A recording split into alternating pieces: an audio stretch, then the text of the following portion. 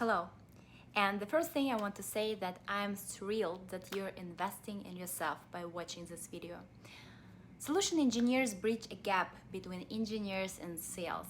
There are about 500,000 sales engineers in the workforce today, and that need is growing annually. Looking at the lucrative description, the salaries, and the demand for that position, you wondering where can you start. Assume you don't have any background on what is solution engineering, but you're eager to try yourself out in that role. For now, you only know that to be a sales engineer, you need to blend your technical skills with your people skills. First of all, it is an accidental profession. Yes, accidental. Why? Because you can't go to university and get a degree. You can learn about sales, you can learn about marketing, you can learn engineering, but not about being a solution engineer. Your fair comparison to show that a solution engineering is describe a meaning of cognitive science. Cognitive science is an interdisciplinary scientific study of mind and its processes. Cognitive scientists study intelligence and behavior. It focuses on how neural system represents, process, and transform information. Cognitive science includes language, perception, memory, attention, reasoning, and emotion. In other words, solution engineering is as integrative science as it is cognitive science. The questions you want to ask yourself, those are three. First, do you like working directly with customers of all levels, such as engineers, directors, C-level, to learn their business challenges?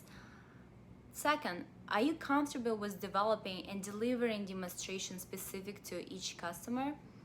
And for now, you don't need to be a TED Talk speaker. This question all about whether it's something that you will enjoy doing in the future as presenting and delivering presentations. Last question, could you cover both the technical description of the product that you represent and then explain the impact of that functionality against a customer business problem? And this is just three of the top skills you want to consider at the back of your mind. You will see there is a comprehensive and complex mass of business, social, and technical skills involved in that role. That's why finding a technical sales engineer is so hard nowadays. It's not profession for people who like structure in their life.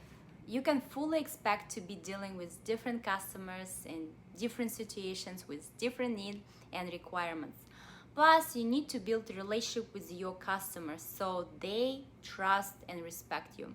It's not always easy, but if you had the patience and the desire to learn, it can be an extremely rewarding job. As you progress discovery with that type of role, stop the fear of unknown. As you stepping into unfamiliar space, it is natural to experience confusion, anxiety, doubts, and so on. The fear of the unknown can be hard to describe because all the feelings and thoughts around the fear are in your head. These negative feelings as thoughts create mental blocks, and it is these mental blocks that influence the way in which we live our life. In our case, we choose to live our lives in a full extent. Therefore, be mindful of the range of feelings you have. It is the part of the process, and navigate your attention into proactive state. Being proactive. Here's a couple suggestions you can discover. First, Google search is your friend. Google and read job descriptions for solution engineer.